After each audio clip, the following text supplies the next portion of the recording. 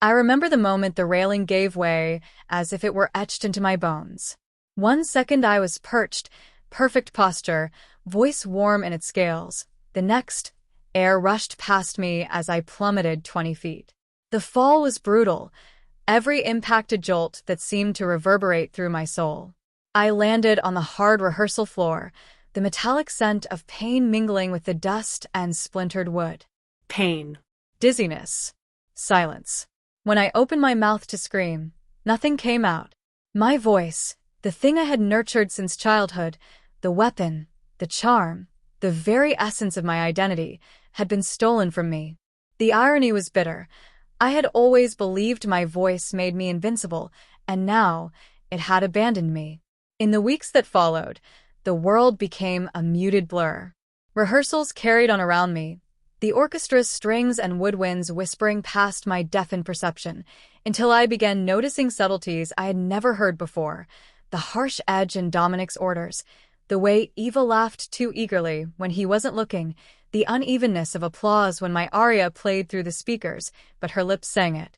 It was in that silence, sitting in my dressing room one rainy afternoon, that I heard them. I pressed my ear to the cracked door, invisible unnoticed. Dominic's voice, smooth and calculated, slithered out. Lyra's voice was always too shrill, he said, the words sharp as razors. I only stayed with her for the connections. Now that she's broken, I can record Eva using her name. No one will ever know the difference. She's a ghost now. A dagger twisted in my chest, but it was the shock that hit hardest. Betrayal didn't always roar. Sometimes it whispered. For the first time, I realized that I had been living on appearances. My success had been curated by Dominic, and I had trusted him blindly. Every praise, every accolade, every standing ovation felt tainted by his hidden agenda. I was not just physically broken. I had been deceived. But something inside me stirred, something darker, something unyielding. I could not speak, but I could plan. I could not sing, but I could think in harmonics, in vibrations that I could feel in my chest, in the tips of my fingers. My voice had been silenced, but my mind, my instincts, had awakened. Later that night, as the theater emptied and the velvet curtains swayed in the draft, I whispered to the empty room, my throat raw and uncooperative. I will have my voice back, and when I do, Dominic, the world will hear the truth. You won't survive the echo. It was a promise to myself. The fall had broken my body, but it had also fractured the illusion I had been living. I was no longer Lyra the compliant soprano. I was Lyra the ghost, the shadow, the reckoning in waiting. And as the storm outside rattled the windows, I realized that the silence that had frightened me was now my weapon. In the quiet, I was reborn. I had spent hours in that silent dressing room, letting the echoes of the theater settle around me. Every footstep, every whispered conversation, every shifting of music sheets became a clue, a puzzle waiting to be solved. My body was still weak from the fall, but my mind was sharpening like a scalpel. I was beginning to hear things I had never noticed before, the subtle hesitation in Dominic's direction, the faint, nervous laughter that Eva tried to mask. One afternoon, while pretending to practice scales I couldn't yet produce, I lingered near the wing of the stage. Dominic was there, clipboard in hand, eyes flicking over Eva like a predator sizing up his prey. She has potential, he murmured, almost to himself, but I caught it clearly. But it's her name they want. Lyra Vance. No one will listen if we just release Eva's voice under her own. She's expendable. Perfect. Ghosted. Eva's laugh rang out, sweet and false. It will be so easy, she said, twirling a strand of hair. No one will question it. They'll think I'm just new and talented. The venom in their casual cruelty sent a chill down my spine, but it also ignited something I hadn't felt in weeks, the fire of absolute focus. I pressed my ear closer to the door, holding my breath as Dominic continued to outline the plan. Every word he spoke, every detail, became a part of the blueprint I would use to turn the tables. You'll record her pieces for the gala next month, he said. By then, she'll be silenced entirely. The critics will eat it up. silenced entirely. He really thought he had destroyed me. But he had underestimated one thing. A voice isn't just sound. It's memory, it's instinct, it's presence. And mine was far from gone. I retreated into the shadows, heart pounding, imagining how I would rise again. I wouldn't just return, I would come back stronger, deeper, unstoppable.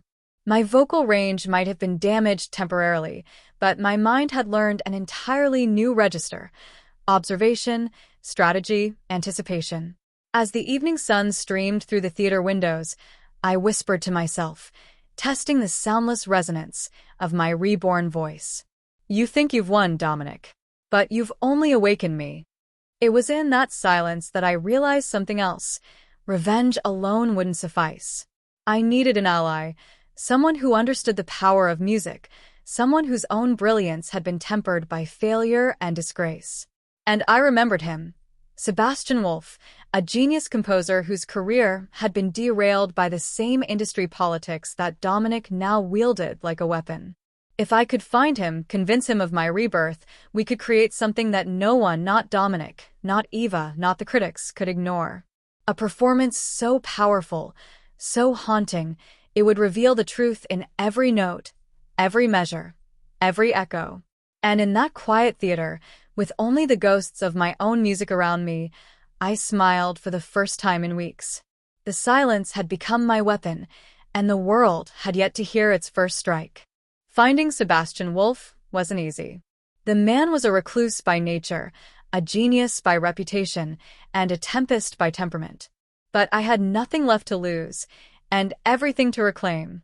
I needed him, and I needed his brilliance to give my voice the weapon it had become in silence. I found him in a small, dimly lit studio on the outskirts of the city. The smell of parchment, ink, and old instruments filled the room. He was hunched over a grand piano, fingers dancing across the keys with a kind of reckless precision that made the room vibrate. "I know why you're here," he said before I could speak, without even looking up. "I get visitors claiming to be muses or prodigies all the time. You're not one of them, are you?" "I'm not," I said firmly, my chest still sore from the fall but my spine straight. "I need someone who understands what it means to lose everything and take it back." His hands stilled on the keys. Finally, he looked at me, eyes piercing yet assessing. Bold words. "And why should I believe you're not another ghost singer, a girl whose voice has been broken and ego inflated by empty applause?" I took a breath, letting the intensity in my gaze speak where my voice could not. "Because I've already lost. And I've already seen the betrayal up close. My voice may be broken for now, but my strategy isn't. I need a composition that can expose deception, prove ownership, and haunt anyone who dares lie about me." Sebastian leaned back, a smile tugging at the corner of his mouth, both amused and intrigued. "You think music can reveal truth?" "I know it can," I said. "And you can help me craft it. A new voice, a new stage, a performance that no one can ignore. Dominic believes I'm powerless, but he's never met me at my most dangerous." He studied me for a long moment and then finally nodded. "All right, Lyra. I'll help you. But don't think this will be easy. You'll need to trust me completely and yourself even more." I stepped closer, feeling an unfamiliar but welcome thrill in the connection between us. I've never trusted so fully in someone, but for this, I will. And I'll trust in myself, no matter how silent the world makes me. For the next days, we worked in tandem. He composed, I imagined, and together we created a symphony designed to showcase my lower, darker register, a voice that would cut through deception like a blade. Each note, each phrase was sharpened to reveal truth, to haunt, to captivate. One night, as I paused to stretch, Sebastian watched me intently. "You know," he said softly, almost teasing, "your new voice, it's dangerous. I can't wait to hear the world tremble when you use it."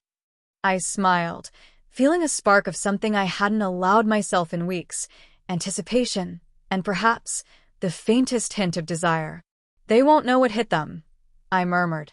And in that small studio, amid sheet music and silence, I realized my rebirth was complete. My voice may have been silenced, but my soul had learned a new melody, one that would echo far beyond the stage, far beyond Dominic's betrayal, and into a future that was mine alone. The first time I sang again, it wasn't my old voice. It was lower, darker, and carried a weight that resonated deep within my chest. Each note vibrated through my bones, a reminder that I was no longer the Lyra who had trusted blindly, who had bent to Dominic's whims. I was reborn. Sebastian stood behind the piano, watching every inflection, every breath. "Perfect," he said softly, almost reverently. "You've transformed.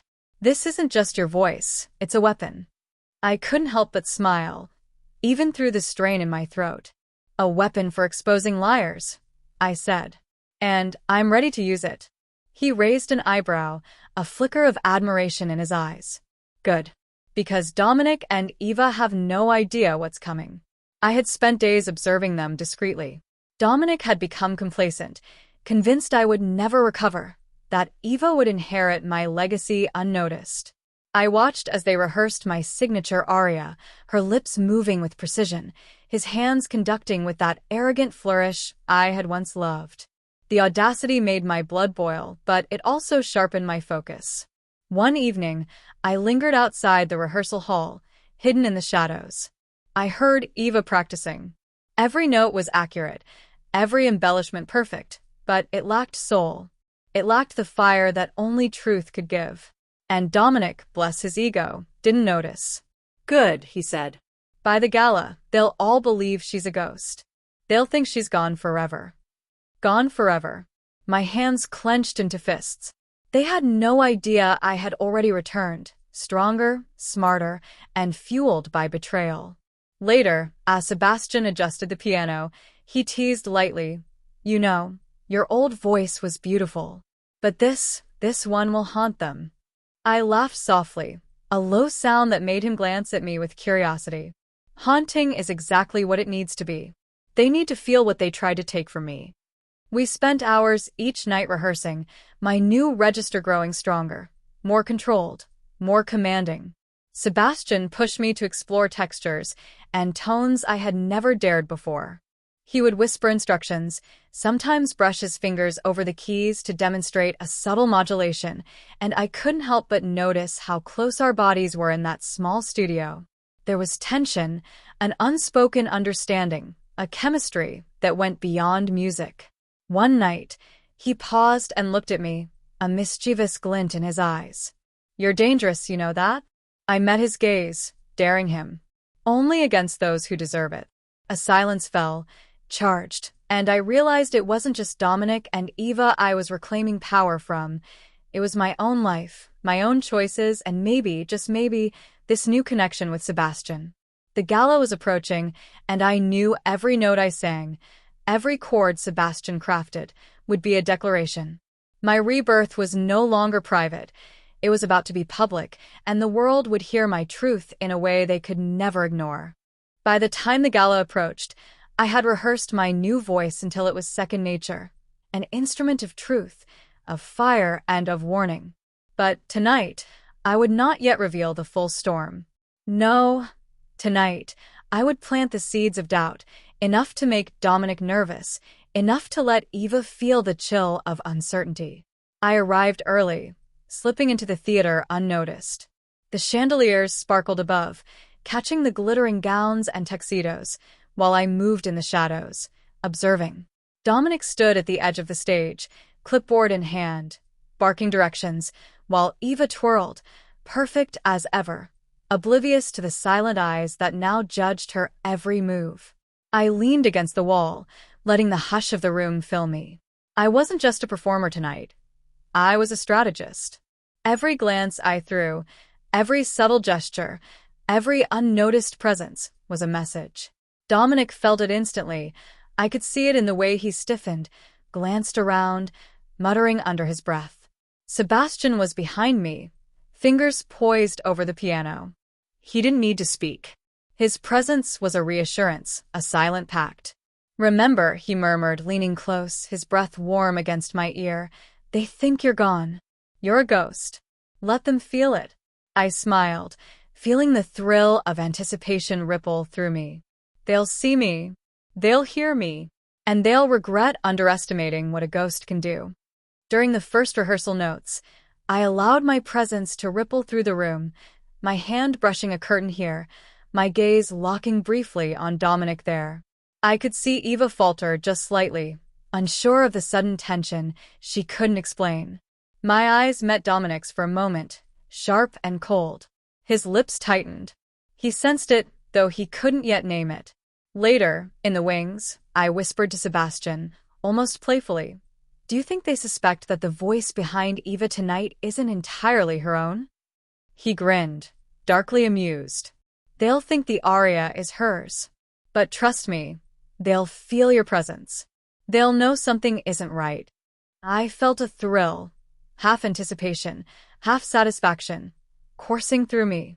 Every note of my ghostly presence, every subtle movement, was like a ripple in the water, a tremor of warning that something bigger was coming. Tonight, they would feel me again, even before I sang. As the gala began, and the audience filled the theater, I realized how much I had changed. No longer was I just Lyra the singer. I was Lyra the strategist, the shadow in the wings, the presence no one could ignore.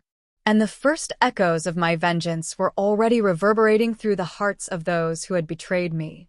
And then, just before the overture began, Sebastian touched my shoulder, his eyes meeting mine. "Are you ready to make them remember who you truly are?" I smiled, feeling a thrill of danger, desire, and power all at once. I've never been more ready. Tonight, Dominic and Eva would begin to realize that ghosts can sing. And when the final note struck, they would know exactly who had returned, and why no betrayal could ever silence me again. The lights dimmed, and the hush of the audience pressed down on me like a tangible weight. Every whisper, every rustle of fabric, every impatient cough became a note in the symphony I was about to unleash. I had rehearsed this moment endlessly with Sebastian, every phrase sharpened, every pause calculated. Tonight wasn't just a performance, it was my declaration of truth. From the wings, I watched Dominic sit at the conductor's podium, smug as ever. He thought I was still silenced, that Eva would be the star and my presence irrelevant. I could see the first flicker of unease cross his face as he sensed the shift in the room, though he couldn't yet place it. Sebastian leaned close, whispering, "Remember, your voice isn't just sound. It's revelation. Let them feel what they tried to erase." I inhaled, centering myself, letting the lower register that had become my signature flow naturally. As the first notes of the overture played, I stepped onto the stage, unseen but unmistakably present. The audience believed they were here to hear Eva, but they would feel me first, ghostly, haunting, undeniable. I closed my eyes and let the aria begin. Not the one everyone expected, but a counter-melody crafted to reveal every deceit. My voice emerged, deeper, richer, carrying the emotion and power Dominic and Eva had tried to steal from me.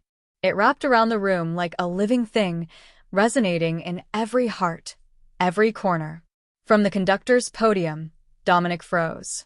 He hadn't anticipated this, hadn't accounted for a ghost with such control and precision. Eva faltered mid-note, her confidence cracking as the audience's ears and hearts were drawn to the haunting truth in my sound. I opened my eyes and caught Sebastian's gaze, a flicker of pride and something warmer lingering in his expression. "They're listening," he murmured, barely audible over the orchestra. "They're hearing you. You're alive, Lyra. They can't ignore you." I let the next phrase flow, perfectly timed, carrying subtle inflections that highlighted Eva's mistakes and Dominic's arrogance. Whispers began to ripple through the audience as they realized the voice wasn't hers. Shock and awe mingled in the air. The power dynamic had shifted entirely. As the aria reached its climax, I allowed a subtle glance toward Dominic, letting him see the depth of betrayal and rebirth reflected in my eyes. He looked as if he had been punched, unable to comprehend the force of what I had become. When the final note lingered, the room held its breath. Silence followed, a suspended moment of revelation. Then, Applause erupted, not just polite, but thunderous, acknowledging the undeniable truth. Lyra Vance had returned, and she was unstoppable. Sebastian stepped forward, a wry smile on his face. That was exquisite. You've taken everything they thought they could control and turned it into your triumph. I allowed a small, triumphant smile to curl on my lips. And we're just getting started. The first strike had landed, and Dominic and Eva would never recover from hearing what they had tried so desperately to steal. The moment I stepped off the stage, the whispers had grown into murmurs of disbelief. Dominic's face was pale, rigid, his eyes darting to Eva, who looked as if she might melt into the floor. The gala was supposed to celebrate her debut as my replacement, but instead, it had become the night of their unmasking. I walked through the crowd, each step deliberate, my new voice still echoing in their minds. I felt a subtle thrill, like a predator surveying the prey that had underestimated her. And there, in the wings, Sebastian's hand brushed mine. "You are magnificent," he murmured, his voice low, almost intimate. They didn't know what hit them. I glanced up at him, a smirk tugging at my lips. I've waited a long time to make them feel powerless. But I also waited a long time to see you proud of me. His fingers lingered a moment longer, and I felt the warmth spread through me. "Proud doesn't even begin to cover it," he said softly. "You've grown into something lethal. And beautiful." I fought the blush that threatened to rise, letting my composure slip just enough to savor the tension. "Careful, Wolf. Compliments like that might make me think you're falling for me." He chuckled, a low, dangerous sound that made my pulse quicken. "I've already fallen. I just like watching you rise." I let the moment pass, knowing the night was not just about us. It was about justice. I walked toward Dominic, letting my presence fill the room. "Dominic," I said, my voice carrying over the murmurs. "You believed I was gone. You thought my voice, my talent, could be replaced. You underestimated what I could endure, and what I would do to protect what is mine." He opened his mouth, but no words came. Eva shrank behind him, her perfect performance undone by the undeniable power of truth echoing in my aria. Sebastian joined me, placing a reassuring hand on my back. "This is your world tonight, Lyra," he said. "And everyone else is just background noise." I allowed myself a small, victorious smile, feeling the thrill of power and vindication course through me. "Thank you for believing in me when I doubted myself." He leaned slightly closer, his lips brushing near my ear. "I never doubted you, Lyra. Not for a second. And now, I get to see the world finally notice." The gala continued, but the narrative had shifted. Everywhere I went, people whispered about the haunting performance, the genius behind it, and the undeniable presence that had turned the evening into my triumph. Dominic and Eva could no longer hide behind my absence. The truth had been sung, witnessed, and celebrated. Later, as we walked together through the quiet streets after the gala, Sebastian glanced at me, a playful glint in his eye. "So, think you'll let me take credit for any of this?" I laughed softly, bumping his shoulder. "Try it, and I'll write an aria just for you, one you'll never live down." He laughed too, and in that shared joy, I realized my rebirth wasn't just about reclaiming my career.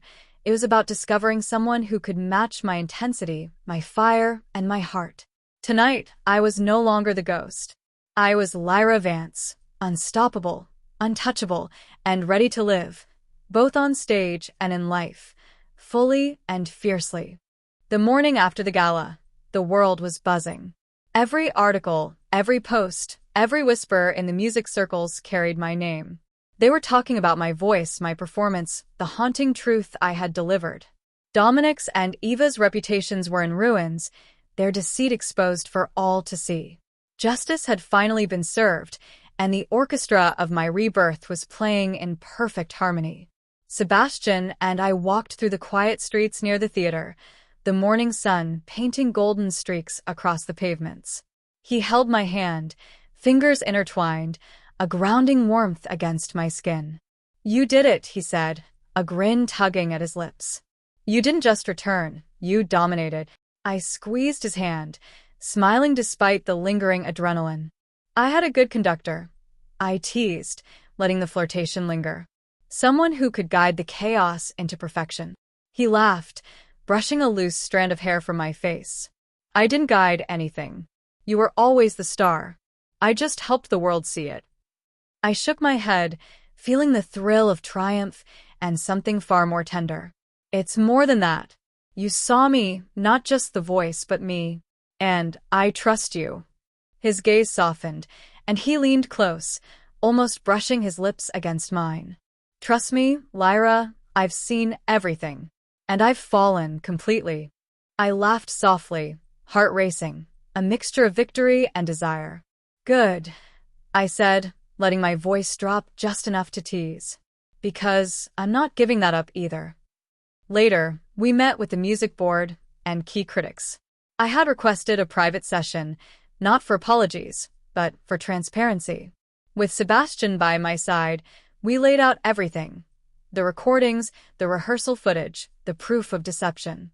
Each piece of evidence painted Dominic and Eva in the light they deserved, fraudulent, manipulative, and unworthy of my legacy. The reactions were unanimous. The board removed Dominic from all current positions, Eva's contracts were terminated, and the opera community rallied around me. Every doubt, every whisper, every shadow of my former fear had been obliterated by my return. After the meeting, as the city lights reflected on the theater's windows, Sebastian took my hand again. So, what now? He asked, his tone both playful and serious. I smiled, feeling the weight of the past lift completely. Now, we write our own music. Together. No ghosts, no pretenders, just us. He leaned closer, and this time, our lips met fully, a kiss that carried triumph, relief, and the promise of everything to come. I realized then that my rebirth wasn't just about revenge or reclamation. It was about embracing life fully, fiercely, and unapologetically. I had found my voice, my power, and a partner who matched both. And as we walked into the sunrise, hand in hand, I knew that no one, not Dominic, not Eva, not anyone, could ever steal my story again. My final aria had been sung, and the world had listened. I was Lyra Vance, unstoppable, untouchable, and loved, not just for my voice, but for the woman I had become.